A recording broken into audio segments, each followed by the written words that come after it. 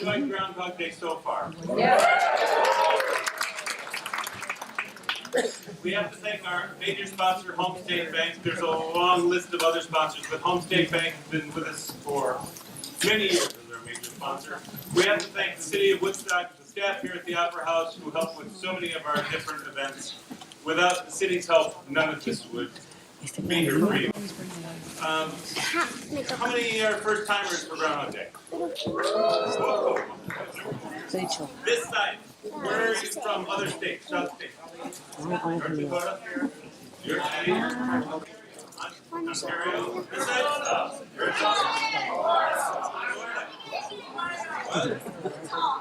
Utah?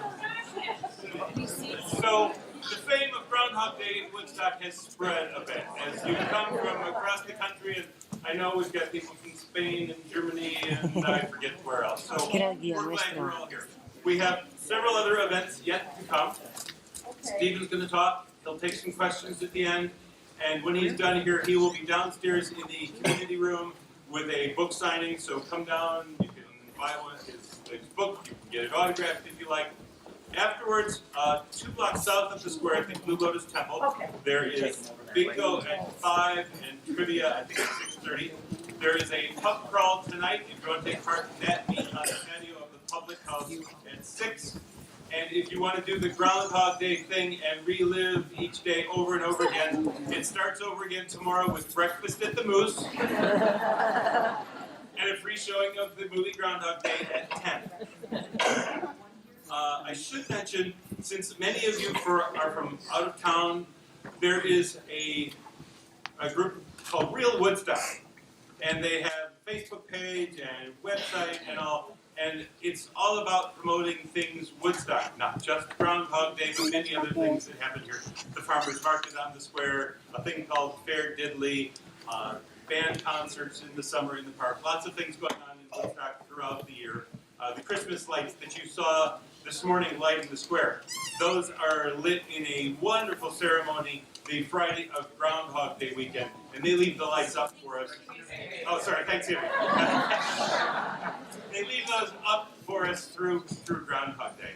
So it was fun having the groundhog see his shadow and think spring. This last week was... thankfully it was short.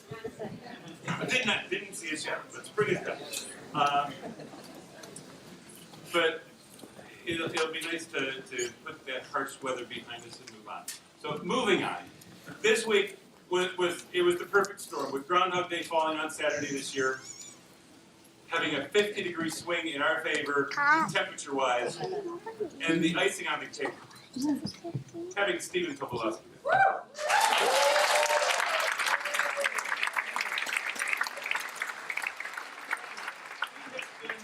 Relentless the last couple days. He has not turned a person away for a smiling picture, standing out there this morning after the ceremony in a foot of snow. He's from California, standing there with his cold feet in the snow, but he was smiling through all the pictures, and he's got loads of stories, so I'm going to get out of the way and let Stephen talk. Thanks. Thank you. Thank you. Thank you.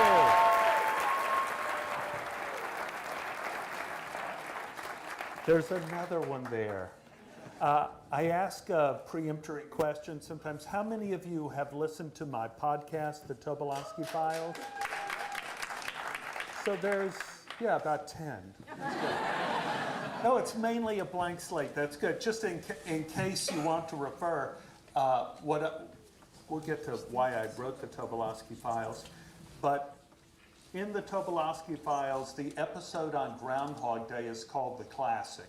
So later, if you want to Google Tobolowsky Files Classic, you can listen to probably an hour's worth of Groundhog Day stories that I recorded. But we'll get to that later. One of the stories that I mentioned there is one of Groundhog Day has been such a strange experience for me. Just as an actor, you have lots of strange experiences, but in Groundhog Day, everything was strange. I want to tell you the story of how I got the part. which is very strange. So I was working on a movie. I was on location in Paris, California. Sometimes I just like to try to pretend I'm John Travolta.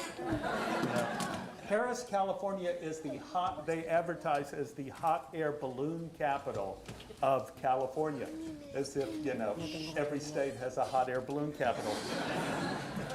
It's about 2 hours from Los Angeles. And in this movie, Calendar Girl, I play a gangster type guy with a brother who is deaf and mute, who was played by Kurt Fuller, a wonderful actor who was on The Good Wife and all sorts of other shows too. And to learn the part, they taught me sign language of the deaf, and they taught Kurt sign language of the deaf too. So he would ask me what people were saying, and then I would translate the script to them. And curiosity, right after I did Groundhog Day and did these classes is when Seinfeld asked me to audition for Tor Ekman. So I said, well, I can do, what if I did signs for everything Tor said? So one thing led to another. So Kurt and I were playing brothers, and I got the audition for Groundhog Day. So I drove the 2 hours back to Los Angeles, met Harold Ramis, did my Ned, and like I mentioned before, my performance was big enough to play in the Roman Colosseum. I think I was like unzipping Harold's pants and shining his shoes. It was terrible. It was terrible. And I drove back to Paris because we were still shooting. And for the only time in my life, they put me in a room on location with another actor, with Kurt. So Kurt and I were sharing the same room, right? We had the 2 queen beds, and at night it was like we were at summer camp. And they turn out the we turn out the lights, and Kurt's in the dark. He said, "So, you got anything coming up?" And I know the one thing actors hate is to hear that somebody else had an audition. The only thing that can make an actor happy is if you answer that question and say, "Kurt, actually I'm leaving the business. I'm going to open a sandwich shop. I'm done." So I didn't say anything. I just said, "Nothing, Kurt, the same old, same old." I said, "How about you?" He said, "Well, actually I do have something big coming up. Harold Ramis is a friend of mine." And they wrote a part for me in the new Bill Murray movie, Groundhog Day, and I'm playing this crazy insurance salesman, Ned Ryerson. Now at this point, I'm lying in bed. My brain is exploding. I realize that I am part of a tragic tale. And I don't know who the victim is going to be, but it's going to be one of the 2 of us. I didn't say anything, and I get a phone call from my agent. I got a call back, which meant I was going back again. So I didn't say anything to Kurt because I thought, hey, they wrote the part for Kurt. He said he's been rehearsing it for the last month, doing readings with Bill and everything. So I drive the 2 hours back to California, to Los Angeles, audition with Harold, drive the 2 hours back, and in the car ride back, my cell phone, which in those days was about this big, and I answered it, and it was my agent saying, "You have the part of Ned Ryerson." I get back to Paris, and Kurt got that phone call too, from his agent. So he is furious. He is so hurt. He's been so betrayed. And he doesn't know in which direction to vent. He didn't know if it was me or someone betrayed him. So angry, eyes filling with tears.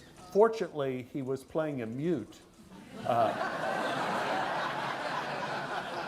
He couldn't say anything. Didn't say anything in our pillow talk at night either. So as soon as that movie ended, I left and came up to Chicago and started shooting Groundhog Day.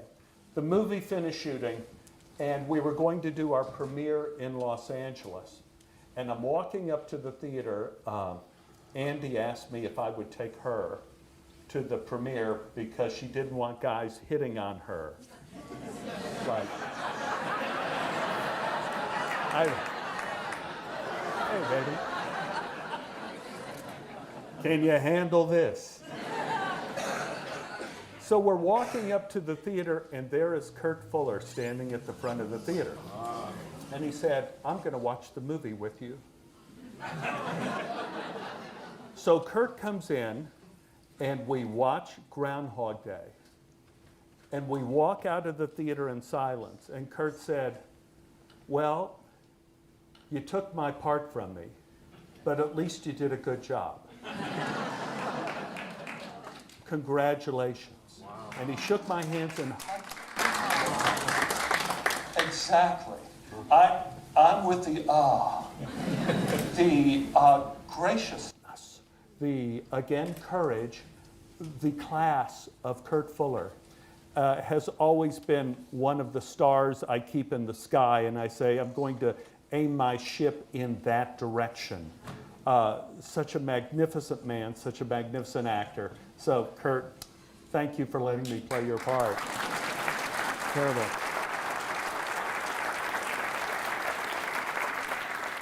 So I'll talk a little bit how I became a writer. Because, yeah, it's, yeah, I know. So, in 2000, are there any writers in the house? I just imagine there must. Yes, there's one here. Yes, there's. Yes, gotcha. I probably became a writer the same way you guys did, and that is catastrophe. In 2008, I went horseback riding in Iceland, and I broke my neck in 5 places riding on the edge of an active volcano. C2 through C5, 2, 3, 4, 5, 6. C2 through C6, multiple breaks, and C4, as the pros call it, the one in the middle, was crushed. They get me to the doctor in Iceland. I was going in and out of consciousness, so nobody knew how bad off I was. They put me in a truck, drove me a few hours down the mountain to a little local doctor in Iceland. She puts me in a neck brace. They drive me to Reykjavik. They do a DVD of a CAT scan of my neck, which I called Stephen Tobolowsky's greatest hit. I come back to America and go to my doctor and give him Stephen Tobolowsky's greatest hit. He re-x-rays me, checks my neck, and he's ashen. And he tells me the extent of my injury and said I had a fatal injury, which obviously I did not. It was a terrible misuse of the word fatal. So I'm in a neck brace now, and it's going to take like 3.5 months to heal. And at first I thought the pronouncement that I was a dead man walking was kind of terrifying. And then I thought it was kind of funny. And then I found it strangely inspirational. And I was thinking, what if what that doctor said was true? And what if I really died on that mountain in Iceland? What are the stories I didn't tell my 2 boys about their dad? Growing up, the stories, I never got a chance to tell them. So I'm in this neck brace, and I start writing true stories from my life about the girl I fell in love with when I was 8 years old, when she was playing the piano in her bluebird outfit with her ponytail flying. Yeah, it was so good. About my first adversaries I had, and first jobs, and not necessarily the day my mother died. All sorts of stories. And I wrote them for my boys to read, and when I did that, a student from Harvard, David Chin, asked if I wanted to record any stories because he knew I was a storyteller, so I said, sure. So we recorded these stories. He put them on the internet, and And one of the heads of an NPR station, program director, heard them on the internet and wrote me on my email at home and said, can we put your stories on the radio? I said, sure. No money involved. Just, yeah, sure. So then these stories end up on about 12 different NPR stations, and then they start going around the world. And then Simon & Schuster said, can we do a book of your stories? So that's how you get a book published. Don't die on the mountain. That's the key to it. So I wrote, my first book was The Dangerous Animals Club, which is basically stories of the club I had when I was a kid, catching poisonous snakes in the river in Texas where I grew up, and my mother never knew about it. And falling in love with my girlfriend in college, Beth, who turned out to be Beth Henley, who won the Pulitzer Prize, which is very unusual. And then Simon & Schuster said, well, we enjoyed the humor of your stories, but also your stories seem to have a spiritual bent. Is it possible you could write another book of true stories and have it tied together with a spiritual through line? And I said, sure, no problem. I had no idea what I was going to write. But if Simon & Schuster says, can you write a book? And you go, oh, yeah, easy. I got that one right here. So my editor came out when I was shooting Californication. We were going to shoot some naked scenes that night at a swimming pool. Oh, yeah. The girl, they got a body double for Pam Adlon, who played Marcy. And this girl was very nervous because she had never done a naughty scene before. And I had done plenty of them on Californication. And she said, I just have never done a scene with such intimacy. And I said, there's going to be nothing intimate happening here. You're not even going to know we're in the same swimming pool. Don't even worry about it. So anyway, I see my editor for dinner, and before I go shoot this scene all night, he goes, so how's the spiritual book coming? And I hadn't thought about it at all. And then what came out of my mouth was one of the most gratuitous things I ever said.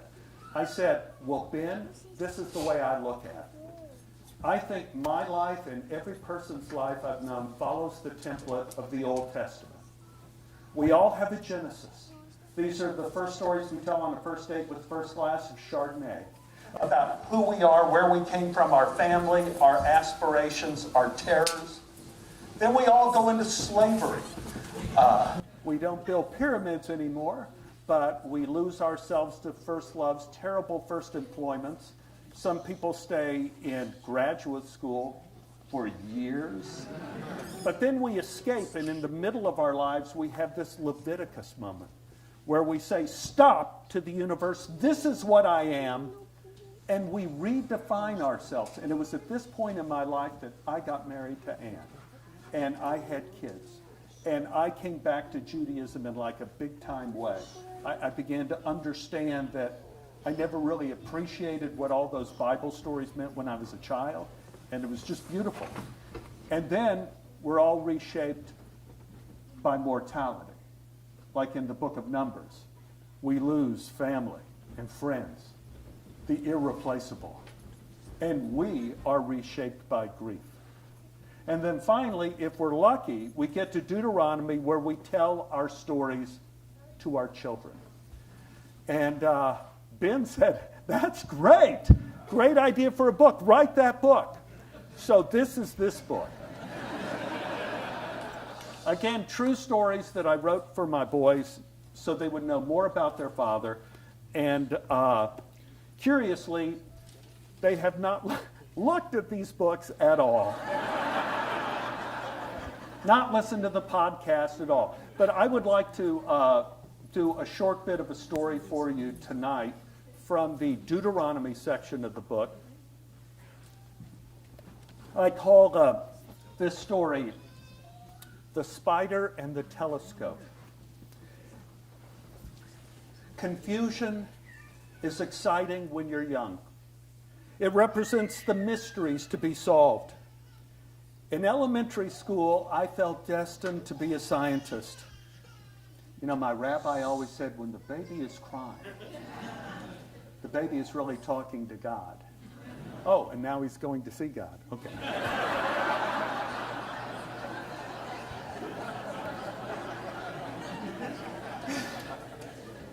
When I was 6, my brother and I branched out into the grandest science of them all, astronomy.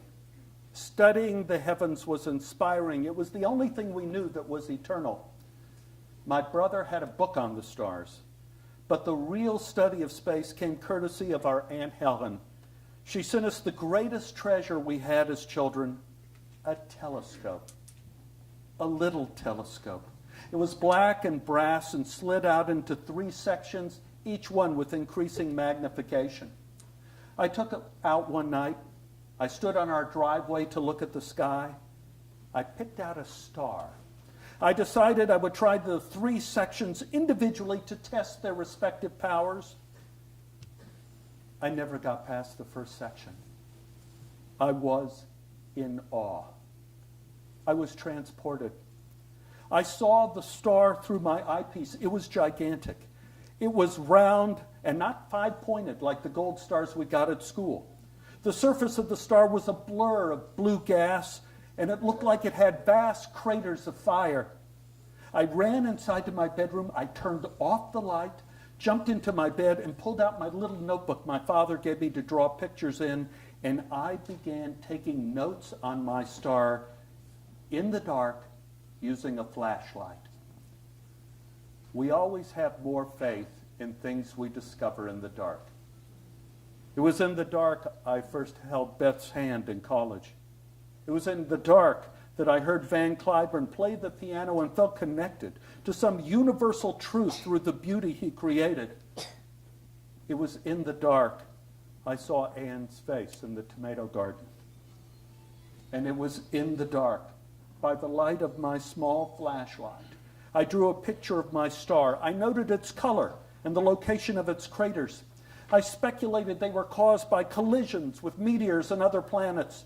Using my brother's book, I looked up the color blue, and I saw that it meant it was a hot, young star. I guessed at the star's temperature. I wrote a 1 with lots of zeros. I estimated the star's age by writing a 1 with even more zeros. Looking back, writing zeros was always more fun than writing exponents.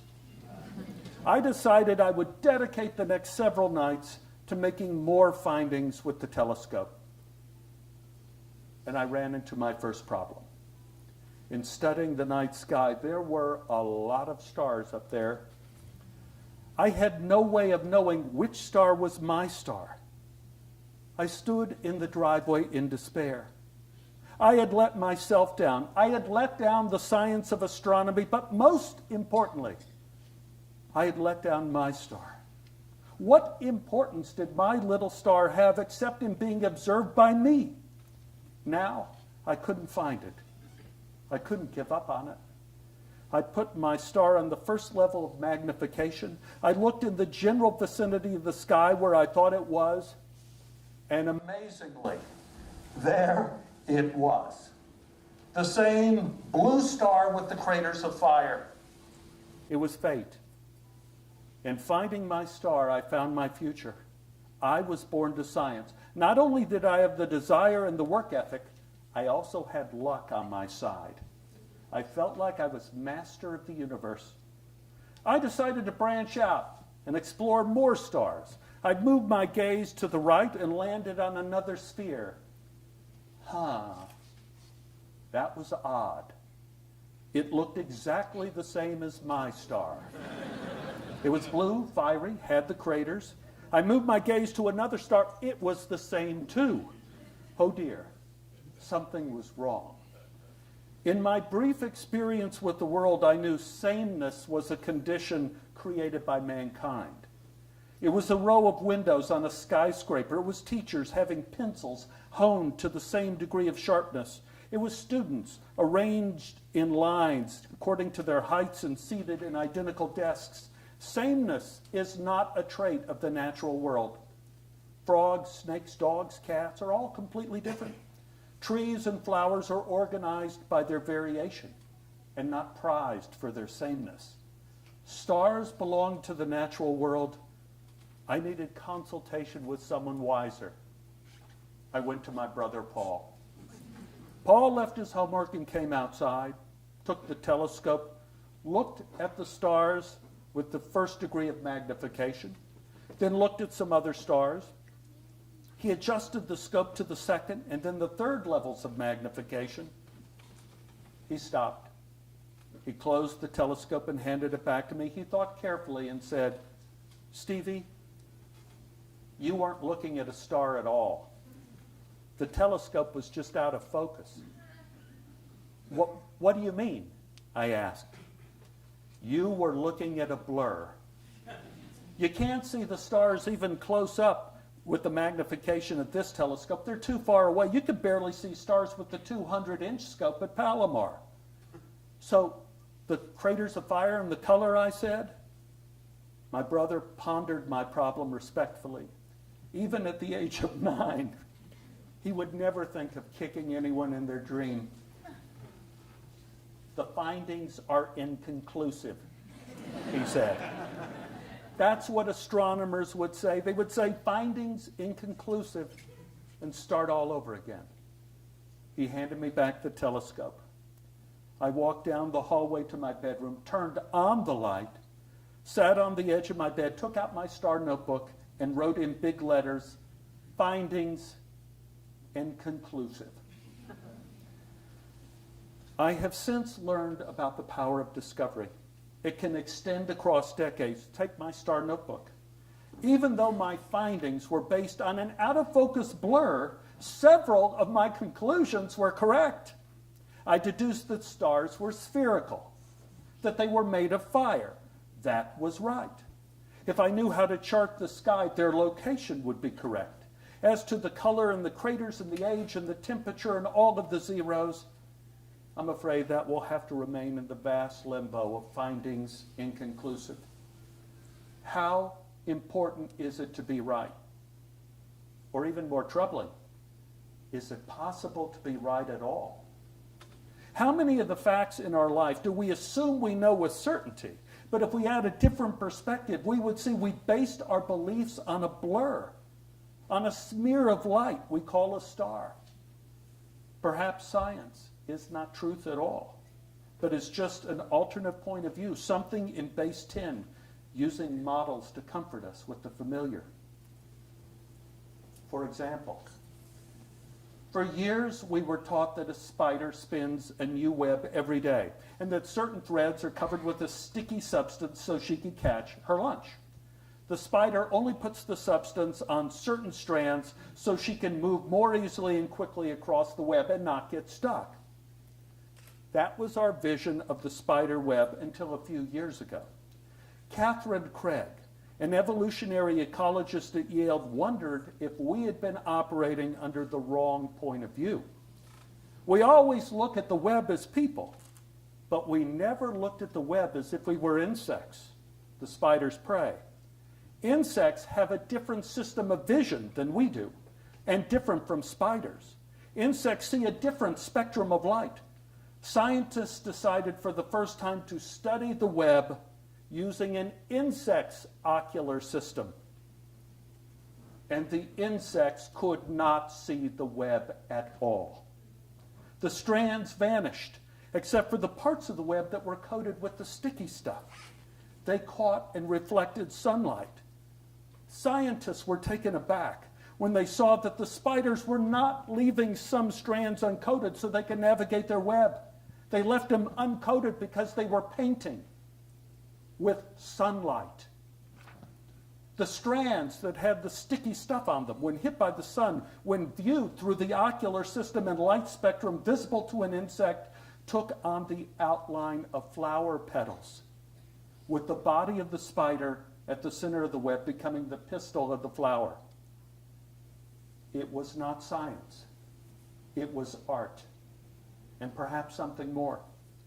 The spider has different eyes than an insect. It sees a completely different world. It is painting something it doesn't know, that it can't see, and can only comprehend as a means of catching dinner.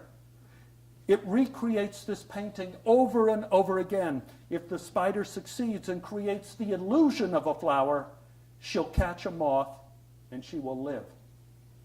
If not, she will die. So the finer artist survives.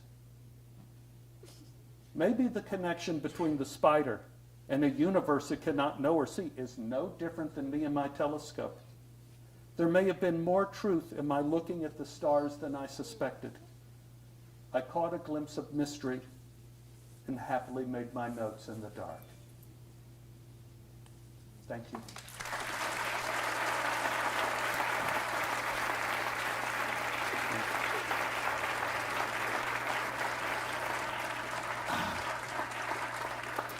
Yeah, it's crazy, huh? The spiders. What I'd like to do is open this up to you a little bit. If you have any questions about shows I've done, acting or writing, or God, religion, anything you'd like, if you would like to ask me a question, we'll open this up. Yes? You went to Punxsutawney for Groundhog Day. Yes. Wow. So I was invited to Punxsutawney for Groundhog Day. It was amazing. Completely different than here. Here it's festive, it's a celebration. Punxsutawney, Groundhog Day celebration happens in a clearing in the mountains. You show up there with 16,000 people at 4 a.m. and everybody is silent. It's quiet. At first they play music, while people are gathering, but once the groundhog thing starts, it becomes almost holy. And I love what my wife says. Ann says that it's like everyone is in on the joke. They know that it's not real, but they're good actors. They play it for straight, and there is an awesomeness to that space when 16,000 people are silent. When they pull out the groundhog and listen to what he has to say, the tension is amazing. And then when they call it out, it's the whole place erupts one way or the other. It's terrible. But I loved it, and I made the mistake. Someone from the crowd asked me to do the whistling belly button trick, and I did that. And they recorded and put it on the internet, so I could never run for public office. That's it for me there. Yes, another? Yes. This stems from my wife knowing that I was happy that they would possibly meet and greet with you, wanted me to pass along to you that she really loved you in Mississippi Burning, right? Pretty much opposite of your character in this. Which do you prefer, the more funny or the more dramatic ones? Well, which do you prefer, more funny? He was talking about Mississippi Burning, if you couldn't hear there. They both have their challenges. Sigmund Freud wrote a book on comedy, of all things, called Jokes and Their Relationship to the Unconscious. I think he wrote it on a series of lectures he did in Munich in like 1905, something like that. And in that, Freud says the essence of comedy is making the meaningful meaningless or the meaningless meaningful. So you have like Monty Python Ministry of Silly Walks. You take the meaningless and make it meaningful, and you have comedy. And so you have to be aware of that structure when you're performing comedy. In drama, Mississippi Burning, the meaningful is meaningful and the meaningless is meaningless. So you have to understand that the paths don't really cross. And so in a drama, you have to consider stakes, like how much does this cost you to be involved in this drama? And that is what propels the emotional life of the character, if that doesn't get into the weeds too much. In comedy, no one gets hurt. The worst thing that happens in comedy is humiliation. So if you think of Groundhog Day, that's exactly, Bill doesn't get hurt when he steps into the water. Watch out for that, it's a doozy.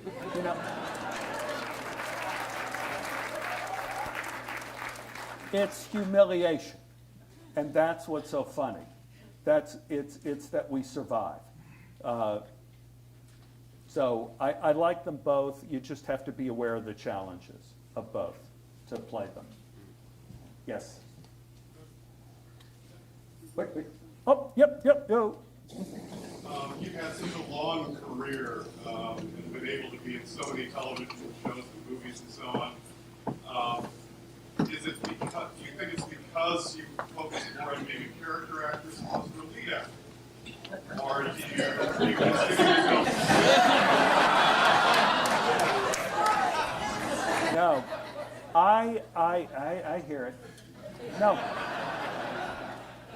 I was at the U of I, and when you're on a young baseball, let's talk baseball. When your kid's playing baseball, your best player is your pitcher. Pitcher is your best hitter, your best, the pitcher is the best. When you are a young actor in college, if you're a good actor, you end up playing the old men. You play the old men. So I played a lot of old men in college and at the U of I. And so I was playing an 86-year-old physicist in Tom Stoppard's Jumpers, and the makeup department just sprayed my hair with streaks and tips every day. Every day so it was gray. I looked like either a large transvestite or Granny Clampett, big Granny Clampett. I did not look like an old man. But what happened was, the day this show ended, I went to the shower, my shower, to wash out the streaks and tips, and my hair fell out in handfuls. Like I walked through a room of plutonium. It just came out in handfuls, and I was crushed. I thought, like, this is it for me. And I came out to Los Angeles, and I would see casting directors look at my hairline. They wouldn't look at they'd look at, okay. They were casting Grease at the time, the movie Grease, and going, okay. You're not going to have any bald greasers. You're gone. So it was crushing. But then I found out that there's only one leading man in a movie, like Bill Murray. One leading man. But every leading man has a doctor, a lawyer, a school principal, an old friend, a police detective that's chasing him down. So there's so many more opportunities to work and act if you're a character actor. And it's much more of a detective job than being a lead actor. Lead actors get to do everything in the movie, right? You get to see them wake up in their pajamas and shower and brush their teeth and eat breakfast and orange juice. When you're a character actor, you've done the same things, but you don't do them on camera. So you have to think through what the life is of your character, and it's very challenging. So I actually think I was lucky. Hey, I was lucky I lost my hair, like I was lucky I broke my neck. It's like never trust a catastrophe, because it will turn into a blessing before your very eyes. So it was one of the best things that happened to me. Yes. Yes, ma'am. Working with Mel Brooks, is it as fun as I think it is? Yeah, I would say yes. He is one of the most brilliant life forces I've ever been with. I did Spaceballs with him, and then I did Mad About You. I played another principal, right? There's only one Mel Brooks, but he has a principal. He was trying to get his high school degree. And so I got to work with him, and he comes up, oh, Stephen, good to see you again. I mean, he never stops. He never stops, and everybody has to do the lines in the show except him. He could do whatever he wants. And so quite often your lines don't make any sense with what he ends up saying, but he's Mel Brooks. There's nobody like him. He's brilliant. Yes. Yes. Was it a coincidence that your character in Glee's name was Ryerson? Or did it play out? It was weird, wasn't it? And I asked Ryan Murphy, I said, is this an ode to Ned? And he said, oh, didn't even think of that. So I don't know. I never got a straight answer on that. It's such a weird name. I would have to think that he was trying to do an echo with that, but no, I don't know for sure. Yes, sir. One of my favorite characters here is Jack Barker from Silicon Valley. I was wondering if you have any stories about working with Mike Judge. Oh, God. Silicon Valley was fabulous, fabulous. Yeah. It's so funny. On set, Thomas Middleditch is the funniest human being on earth. And then you start the camera and he plays this like Richard, you know, and you know, this kind of uptight kind of guy, but off camera, he's so funny. He keeps everybody in stitches. I auditioned as Jack Barker and didn't hear anything from anybody for 3 months. Annie and I were at a film festival in Arkansas, Hot Springs, Arkansas, and I get a phone call from my agent and manager. Two on the phone. That's real serious. It means either there's a warrant for my arrest or there's something big. So it's a conference call. And they said, can you get back to Los Angeles tomorrow? You have a call back for Silicon Valley. And I went, well, I'll get back as soon as I can. I'll get back, and I'll get a prop for you. Just a second. I'll get back. Oh, let me hit this chair. Yeah. Got it. Yeah. Okay. So what happens is when you audition, they put this chair here, and they have a camera here, and then they have Mike Judge and Alec Berg and all the executive producers sitting right there, and you have the girl with the camera right here. And so it's intimidating. So I had the flight home to kind of restudy the part because I completely forgot what I was doing. And so are there actors up there in the audience? Actors? Yep, okay. Whenever you go in on an audition, here's something to remember. Everybody has the part for the first 6 seconds.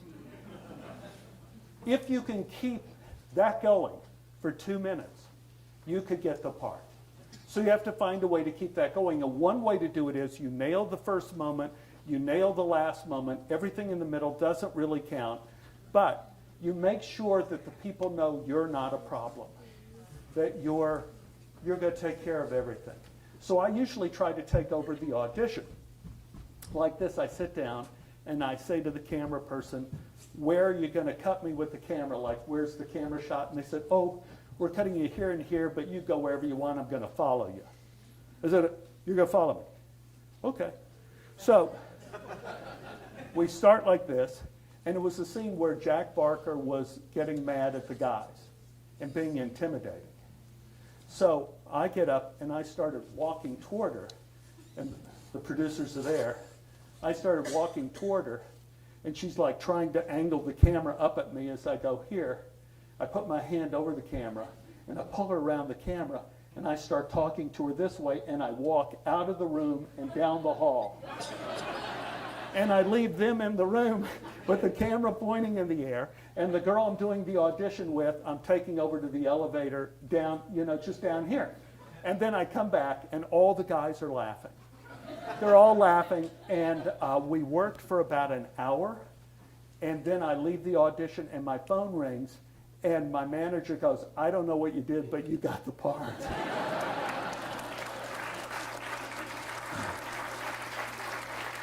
So, in a way, it's a little like what I do with Harold Ramis with Ned. It was too crazy for words. But at least they felt that I was going to be in charge, and they didn't have to worry about me. And that is a wonderful group to work with.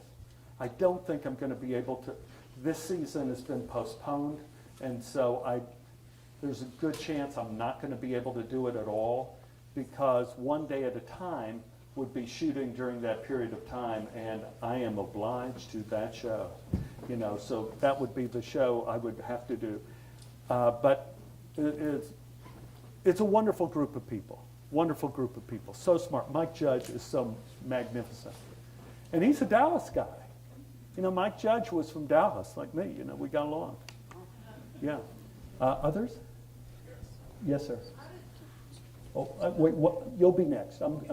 This man here's going to kill me if I don't.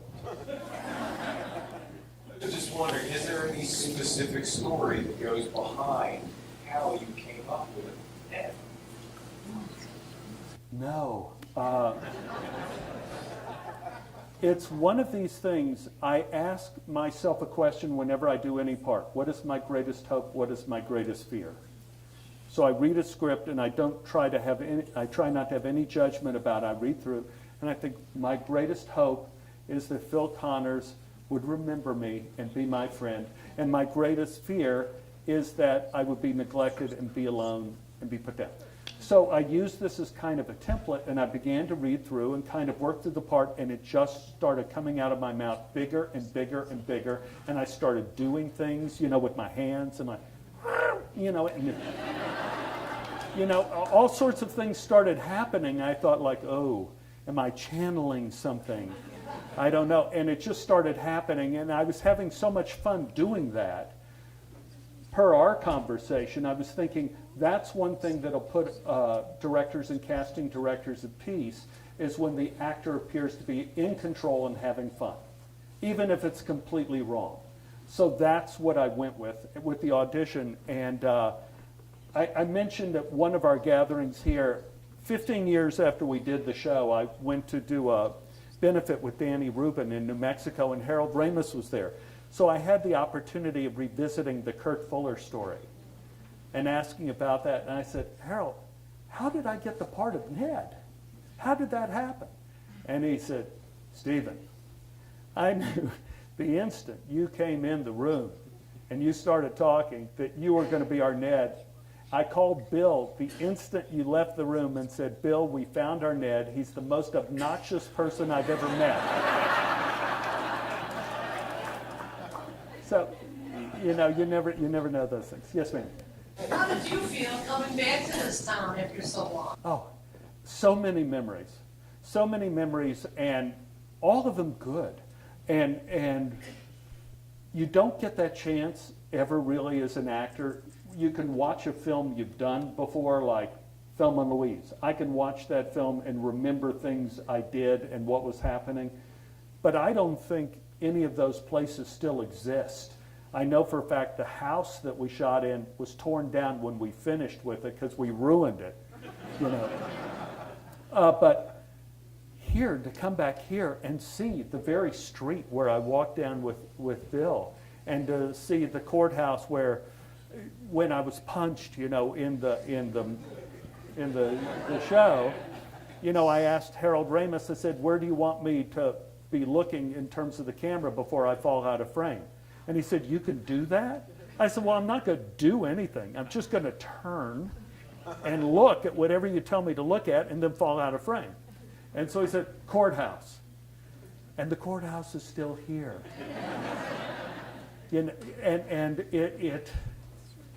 It's not just a feeling of warmth. It's a feeling of this town changed my life. Before I did Groundhog's Day, I was the bald guy with glasses. After Groundhog's Day, I was the bald guy with glasses who was in Groundhog's Day. Changed everything.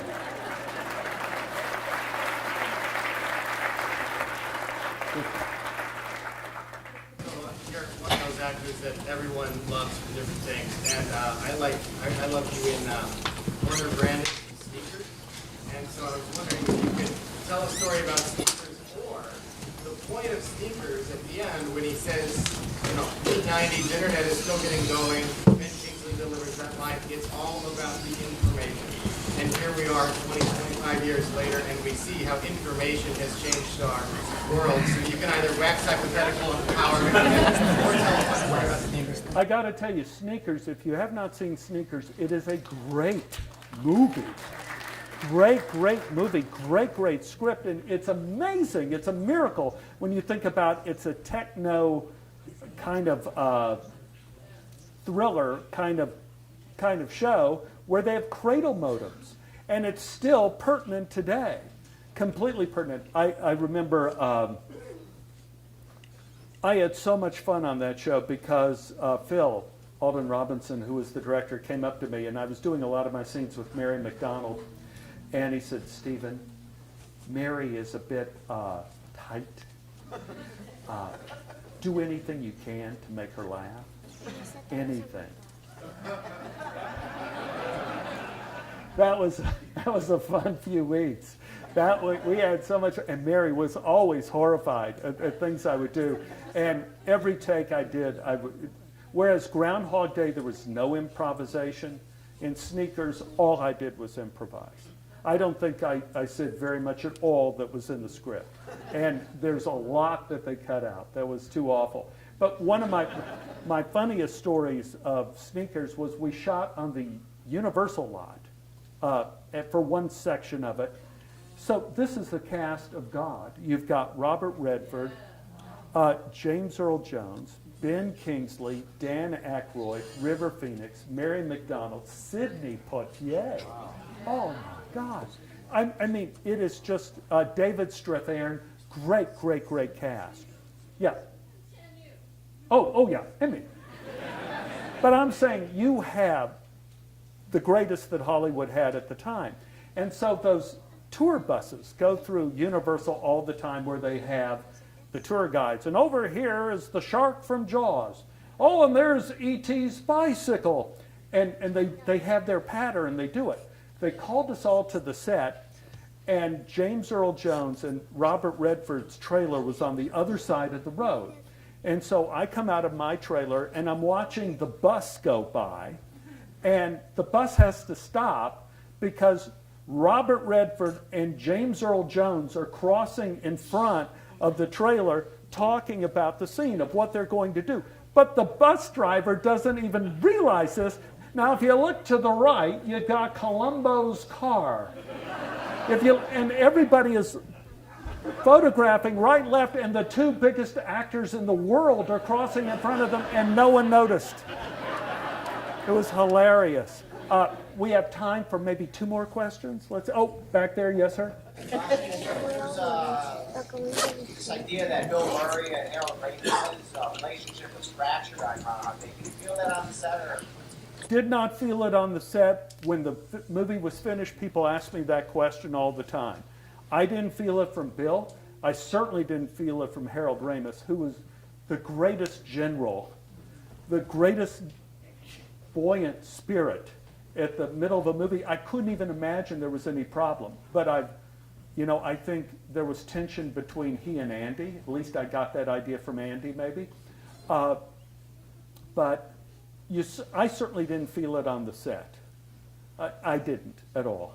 But I'm sure it was true to some extent because so much has been made of when Harold was dying and Bill went to meet him to try to make up with him, It's a very stressful profession, and people say and do things they shouldn't do. Yeah. One more question? Yes. We heard today that it took a full week to shoot the net scenes at the corner. Any stories that you recall from shooting?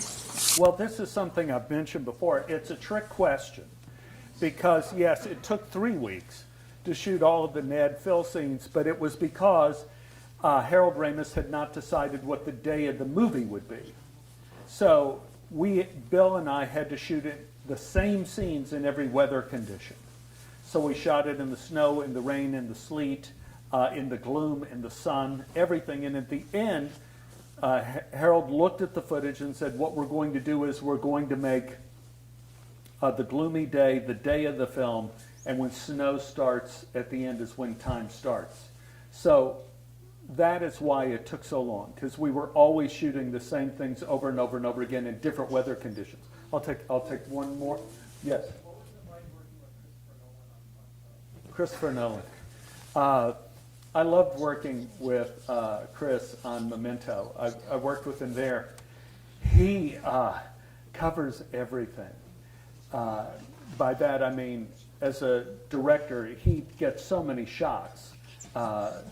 And I was playing a man with amnesia, which is very difficult because as an actor you have to remember what you do so you could repeat it from a different angle. So it really was the most challenging role I ever had in my life. Because when you're sitting there, you think like, well, are you going to pretend you have amnesia? Or are you really going to put yourself in the place where you can't remember what you're doing? And then hope when he shoots from another angle, it cuts together. And I just ended up thinking that's his problem. So I have to make it as real as possible and not help him. That's one thing actors need to learn to do is you're not there really to be in service of another actor or even of the director. You're there to be in service of that little spirit, that little part, that little life that's in the script. You have to bring that to life, and you have to, in a way, meet with the director, and so the demands of the direction and shooting of a show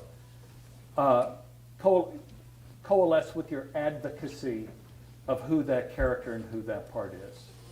Well, I want to thank you all. We're at the community room. Yeah, well, we're at the community room. If any of you want any books or anything, or photos or autographs or anything, I see it's 4 o'clock just about, and so we'll go down, because we're on a tight schedule on this Groundhog Day thing. But thank you all very much. Thank you. Thank you. Thank you. Thank you.